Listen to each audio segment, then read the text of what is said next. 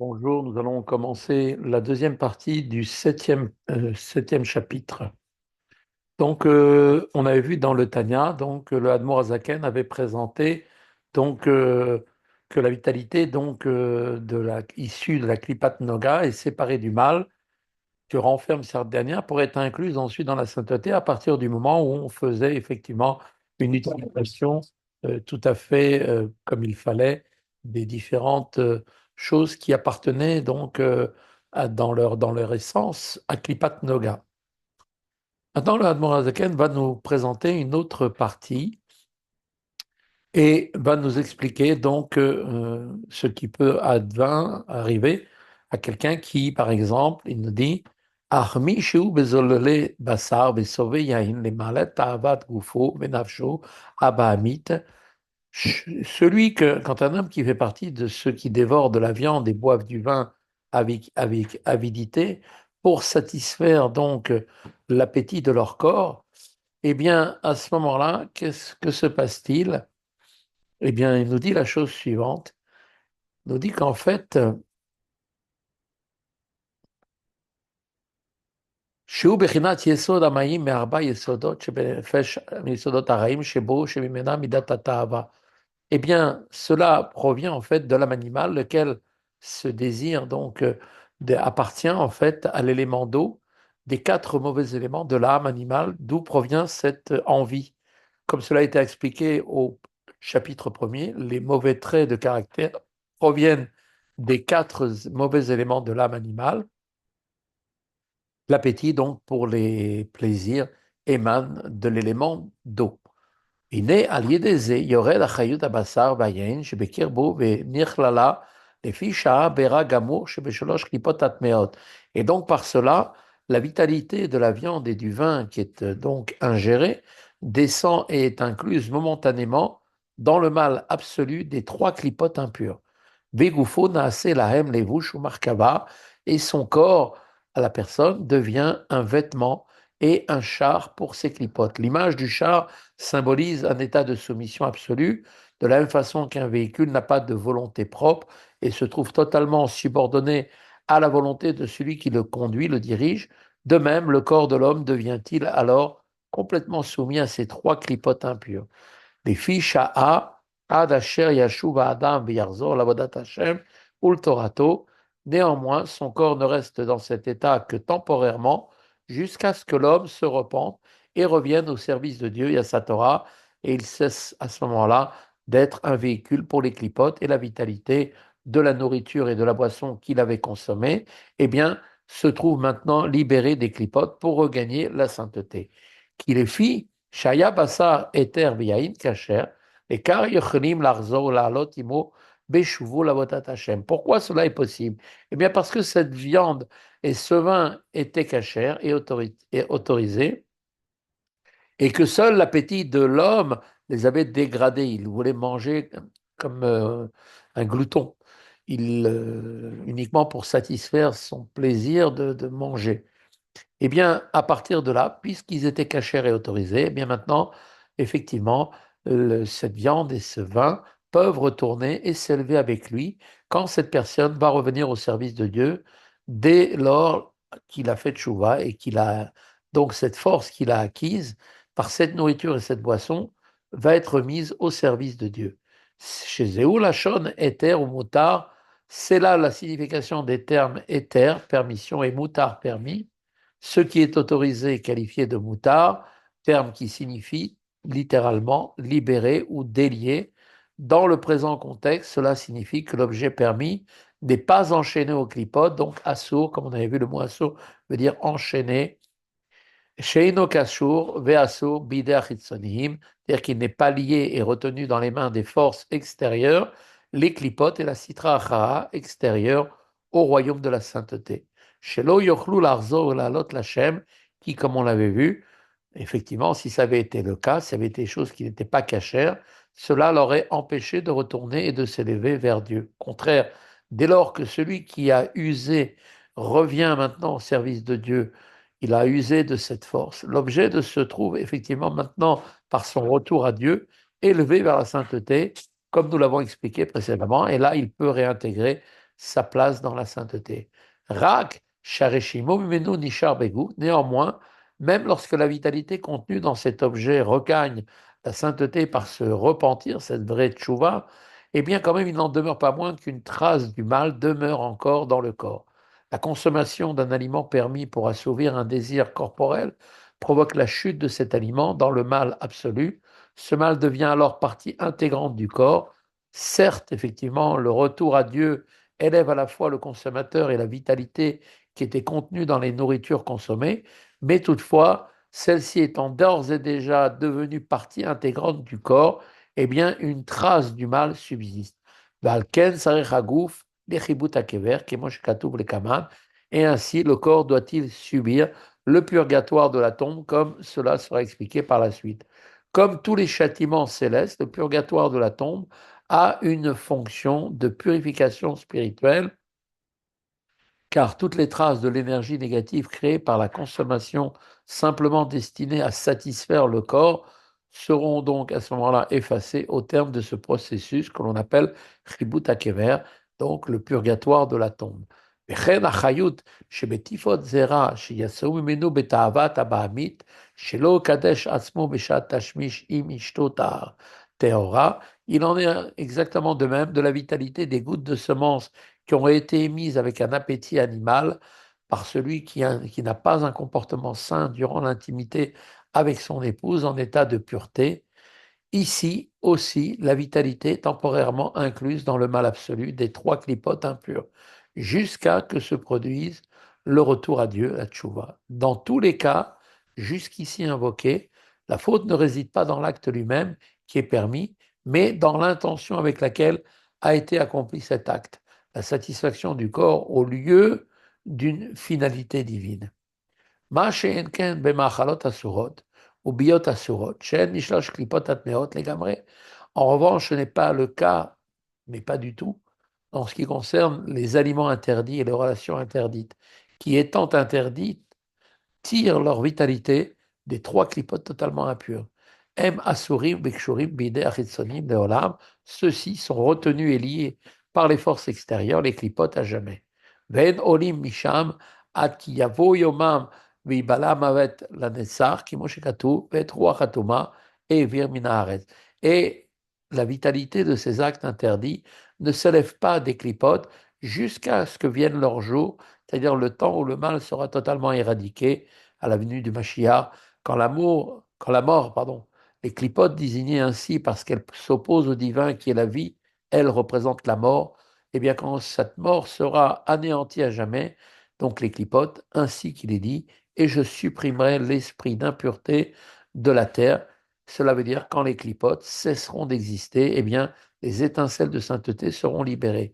O ad sheyase teshuva gedola kolka, donot naasulo kesruyot mamash, ou bien il existe une autre possibilité, c'est jusqu'à que le pécheur va opérer un retour à Dieu d'un niveau particulièrement élevé qui va être à présent décrit, eh bien, alors à ce moment-là, les étincelles de sainteté ne restent pas prisonnières des clipotes jusqu'à la fin de l'exil.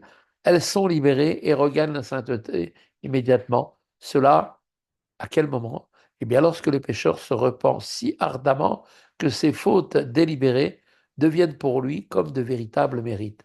Sheit et Shuva Me'ahava, eh bien, cela est réalisable grâce au repentir avec amour de Dieu.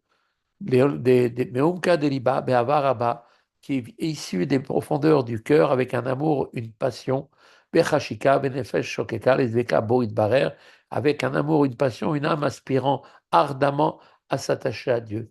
Vetsamaha Nafsho Lachem Keretz Ayefa Vetsia, et éprouvant pour son âme une soif pour Dieu telle une terre desséchée et aride, assoiffée désespérément d'eau. Liot ki ad ena aita nafsho be'eretz sia vetzal mavet, I asitra chara berechoka me'or pene Hashem betachlit. Et parce que son âme était jusqu'à présent, avant qu'il se repente, dans un désert aride, dans l'ombre de la mort, qu'est la Sitra Achara, est éloignée dans la plus grande mesure possible de la lumière de la face divine. Ou le Zod Sama Nafsho Be'eter O Mitzima On Nafshot Tzadikim, Et elle est, à ce moment-là, cette âme-là, avant qu'il se repente, elle est d'un amour assoiffé de Dieu plus intensément que les âmes des tzadikim qui, eux, n'ont jamais fauté. Le juste, le tzadik, toujours proche de Dieu, est tel un homme qui a de l'eau à sa portée. Sa soif n'atteint donc jamais une telle intensité, mais celui qui revient vers Dieu, le Baal Tshuva, se trouve, lui, comparé à un désert où l'absence d'eau par elle-même, eh bien, attise la soif. Que Mahamar Zal, במקום שבא לתשובה עומדים, אין צדיקים גמורים יכולים לעמוד ainsi que disent nos sages de Benoît béni, là où se tient les repentants, il n'est pas la place, et pas de place même pour les justes accomplis. Car comme il a déjà été expliqué, l'ardent désir du Baal et Tchouva pour Dieu fait défaut chez les justes accomplis.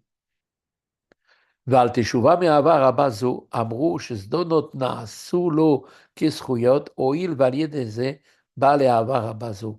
C'est à propos de cette tchouva, ce repentir motivé par un immense amour pour Dieu, que les chachamim ont dit que les fautes qui sont faites délibérément, eh bien, de cette personne qui se repent, qui fait tchouva, eh bien, ces fautes deviennent pour lui comme des mérites, puisque c'est par leurs moyens de ces fautes qu'il avait auparavant éloigné de Dieu, qu'il a atteint maintenant cet immense amour pour Dieu quand il s'est repenti. Ces fautes ont donc eu pour lui le même effet que des mitzvot, et elles ont été la source d'un amour pour Dieu plus profond. Il est donc possible, avant l'éradication définitive du mal, d'élever, qui sera donc réalisée avec la venue de Mashiach, mais il est possible d'élever la vitalité contenue dans les actes interdits. Cette vitalité, comme on a vu, est issue des clipotes totalement impures. Par quel moyen? Eh bien, par la teshuva vers Dieu, comme on l'a dit, avec une teshuva qui est avec un immense amour. Aval teshuva shelo me'avazo. Mais quand une teshuva, un repentir, n'est pas avec un tel, motivé par un tel amour, av shiut teshuva nechona, v'Hashem yislach lo mikol makom lo na'asu lo keschuyot. Mais quand cette teshuva n'est pas motivée par un tel amour, bien que ce soit aussi donc une personne qui est appelée un Baal Tshuva, comme il faut, et que Dieu lui pardonnera certainement toutes ses fautes, ne deviennent pas pour lui, pour l'autant, comme des mérites. Ne pas ce niveau d'Ahava Rabba, ce grand amour. ואין עולים מהקליפה לגמרי עד קץ השיבה להמוות לנצח, et donc effectivement cette vitalité donc ne s'élèvera pas complètement de la clipa jusqu'au temps de la fin de l'exil, quand la mort des clipotes, appelée ainsi, sera anéantie à jamais, comme c'est marqué Shibala Mavet Lanesar, que la mort sera complètement anéantie. Ainsi donc la vitalité des aliments interdits et des unions interdites ne peuvent pas être libérés des clipotes si ce n'est au moyen d'un repentir motivé par un immense amour pour Dieu, ou bien lorsque Dieu mettra un terme à l'existence du mal à la fin des temps avec la venue du Mashiach. Rabbi Shneur Zalman va maintenant aborder un interdit particulier pour lequel le repentir ordinaire suffit à réaliser l'élévation de la vitalité prisonnière des trois clipotes impures. אך החיות שבטיפות זרע שיצאו ממנו לבטלה, אף שירדה ונכללה בשלוש קליפות הטמאות, הרי זו עולה משם בתשובה נכונה, בכוונה עצומה, בקריאת שמע של המיטה, כנודע מהאריזל.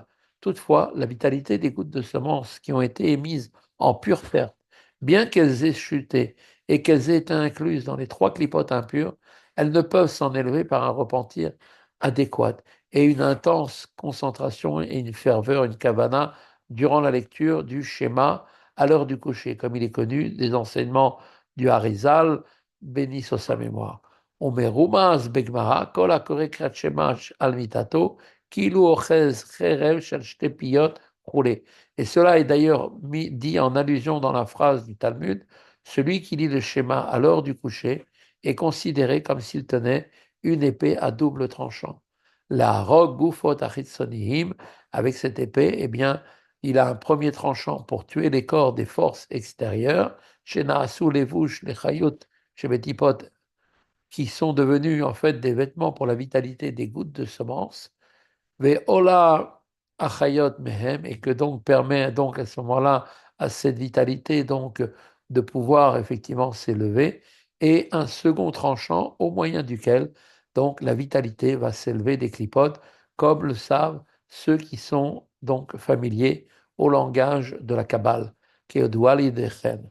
Achen lo uskar avon zera levatala betorah bichlal biot asurot. C'est pourquoi la faute de l'émission de semences en pure perte n'est pas mentionnée dans la Torah dans le cas des unions interdites. Af shechamor mehem vegadol avono bebrinat gadlut verivui atuma vaklipot shemolid me'arbe umarbe bemeod mehod beotsaat zera levatala yoter mibiot asurot. Bien qu'elle soit d'un certain point de vue plus grave que celle-ci, et que sa faute soit plus grande pour ce qui est de l'énormité et de la profusion de l'impureté et des clipotes qu'il engendre, et qu'il multiplie à l'extrême par l'émission de cette semence en pure perte, plus que par les unions interdites. En d'autres termes, d'un point de vue quantitatif, cette faute est plus grave même que les unions interdites. Rak shebiyot asurot mosif kohar vechayut beklipa tuma beyoter, parce que seulement qualitativement, cette faute est différente, car dans le cas des unions interdites, l'homme ajoute force et vitalité à une clipa impure au plus haut degré, beyoter, acheno yachol alot misham achayut betshuva, à tel point ça s'est élevé qu'il ne peut enlever la vitalité par le repentir. Et là, imken yaase tshuva be'ahava rabba kolka, mais qu'il le fasse par le fait d'une grande teshuva par amour de Dieu, d'amour si intense, Ad Shesdonot Nasulo Kisruyot, au point où effectivement ces fautes délibérées deviendront pour lui comme des mérites. Parce que la faute d'émission de semences en pure perte peut être corrigée sans le repentir par l'amour, la Torah ne mentionne pas cette faute parmi les unions interdites. Il suffit pour élever la vitalité ayant chuté dans les clipotes, et bien de faire un véritable tchouva comme il faut, nechona, avec ferveur, ardeur, pendant la lecture du schéma à l'heure du coucher. Dans la note qui suit, Rabbi Shimon Zalman va expliquer pourquoi les unions interdites nécessitent un repentir plus intense que l'émission de semences en pure perte pour extraire la vitalité du mal. Aga, note. מפני שהקליפה שנקלטת ביסוד דנבואה דקליפה המקבלת וקולטת החיות מהקדושה. La raison en est que les unions interdites, dans le cadre des unions interdites, la vitalité est absorbée par le niveau de yesod de l'élément féminin de la klipa, qui reçoit et absorbe la vitalité de la sainteté, tout comme la semence physique est absorbée par la femme dans le cas de cette faute. Ma she'enkem bezera levatala, contrairement à l'émission de semences en pure perte, pour lequel il n'y a pas d'élément féminin de la klipa,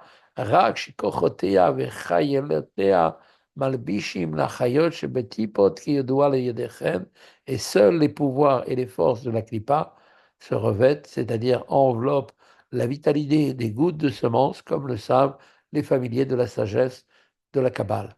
Sauf à Agaha, fin de la note. Au Beze Yuvan Mahamar Rabotenu Zal. Et de là, nous pouvons maintenant comprendre ce que disent nos maîtres, que leur mémoire soit bénie. Eizehu Mehavot Shelo Yochal Litakon, Ze Sheba Alerva Veolid Mamzer. Qu'est-ce qu'une faute qui ne peut pas être rectifiée? Eh bien, il s'agit, que Dieu nous préserve, c'est la faute de celui qui a une relation incestueuse et a engendré un bâtard.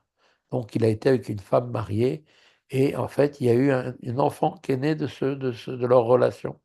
Shaz gam im ya'aseh tshuva gdola kolka. Car maintenant, après la naissance de cet enfant, même si le pécheur va opérer un repentir, une teshuva si grande, d'accord, la halot, comme il est dit, la halot, achayut l'ikdusha, mais un tel que le repentir par amour, eh bien, il ne peut pas élever la vitalité qui se trouve maintenant à l'intérieur de l'enfant vers la sainteté. Mais achar shekevar yarda leolam azeh, étant donné que cette vitalité est déjà descendue en ce monde, venit la begouf basar vadam, et qu'elle a été revêtue d'un corps de chair et de sang. Voilà, c'est ici que se termine le chapitre 2 pour la deuxième partie. À bientôt pour la suite.